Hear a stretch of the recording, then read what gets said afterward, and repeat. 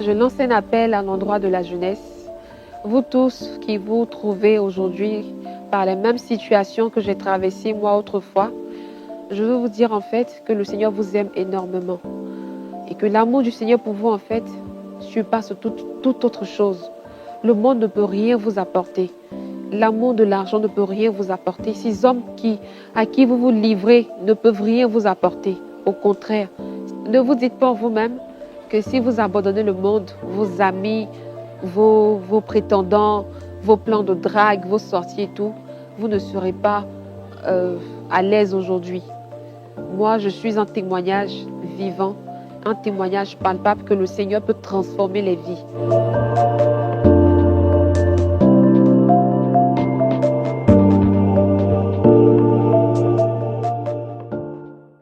Moi, c'est Alexandrine.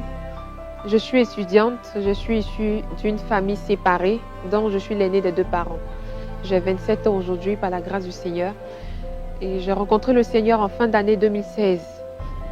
Et avant ça, n'ayant pas connu le Seigneur, j'ai vécu ma vie comme toute autre jeune fille aujourd'hui, à fond dans le monde. Je suis allée d'homme en homme, des hommes âgés, des jeunes, des hommes mariés. J'ai commis 4 avortements. En gros, j'ai vraiment vécu une vie de prostitution en fait. Parce qu'en retour, je recevais de l'argent. Je n'aimais pas toutes ces personnes-là, mais je me sentais obligée de le faire parce qu'il fallait que je sois chic, à la mode et arriver à me faire accepter par mon milieu en fait, mes amis. Parfois quand j'allais avec un homme, juste après, sous la douche, je me grattais tout le corps parce que j'avais mal en fait. J'avais mal de ce que je m'étais livrée à un homme que je n'aimais pas, mais juste pour de l'argent. Mais quand même, j'endurais ces choses-là. Je me disais qu'il fallait que je fasse ça pour arriver à m'occuper de moi, pour arriver à subvenir à mes besoins, vu qu'à la maison, c'était compliqué. Avec papa, c'était toujours les histoires, les disputes. Et j'avoue aussi que dans le temps, j'étais très rebelle. J'étais un enfant rebelle. Je ne m'entendais pas du tout avec mon père parce que je lui en voulais pour l'amour qu'il n'arrivait pas à me donner en fait. Et chaque fois que je lui demandais quelque chose, il me disait que j'étais grande. Lui et son épouse me disaient que j'étais grande et que je pouvais arriver moi-même à m'offrir cette chose-là. Ce qui me poussait à aller dans mon homme. Et un jour, je suis rentrée à la maison. Une grosse dispute a éclaté avec mon père. Et j'ai dû lui vomir tout ce que j'avais sur le cœur, toutes les blessures que j'avais endurées, comment il me négligeait, comment il ne s'occupait pas de moi. Et j'étais obligée en fait d'aller avec ces hommes-là. Je ne sais pas comment j'arrivais à faire pour les gérer en même temps, mais je dis juste que j'étais juste un instrument entre les mains du diable qui m'a poussée dans la prostitution, à vraiment me prostituer.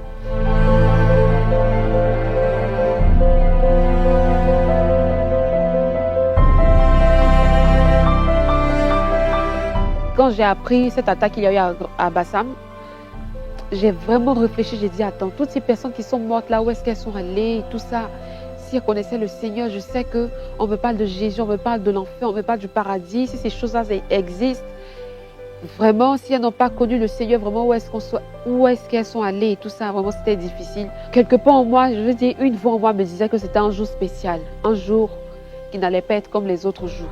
Je ne savais pas ce qui allait se passer.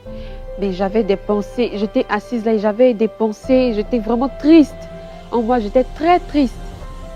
Je sentais une présence que je n'ai jamais ressentie auparavant. Je savais que cette présence n'était pas une présence bizarre, genre je veux dire démoniaque. Je sentais que c'était quelque chose de très divin, mais je ne savais pas ce que c'était. Quand j'ai ouvert la bouche, j'ai simplement dit, Seigneur, vraiment, je suis fatiguée de cette vie que je mène. Parce que je n'avais pas la paix dans cette vie-là. Chaque fois que je sortais les nuits, je me disais, et si quelque chose de grave nous arrivait, et si on faisait un accident et tout ça, je n'avais vraiment pas la paix, j'avais peur de mourir. Et il y a une voix qui a retenti dans mon cœur. Je te pardonne, je t'aime. Le Seigneur avait commencé à me parler de son amour. Et j'étais soulagée. J'ai senti comme un poids énorme me quitter. Je ne peux pas expliquer ce jour-là ce que j'ai ressenti. Le Seigneur a fait grâce.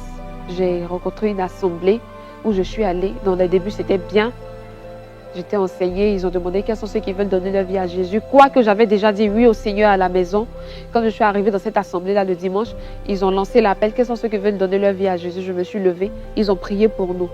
Et quand ils ont prié pour nous, je suis restée là, je me suis dit, bon, écoute, c'est une assemblée où je peux rester et tout. Puis je suis restée dans cette assemblée. Puis après, il y a eu des complications en fait. Toutes ces choses que j'avais vomies auparavant, je pouvais retrouver ça en fait là-bas.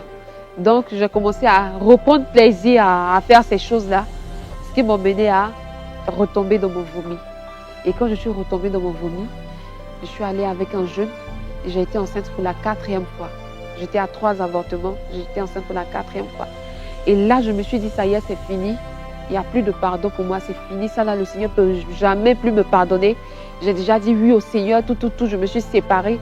Et puis encore, je suis tombée dans la fornication. Là, le Seigneur ne peut plus me pardonner, c'est terminé. Et je disais en moi que je n'allais pas garder la grossesse.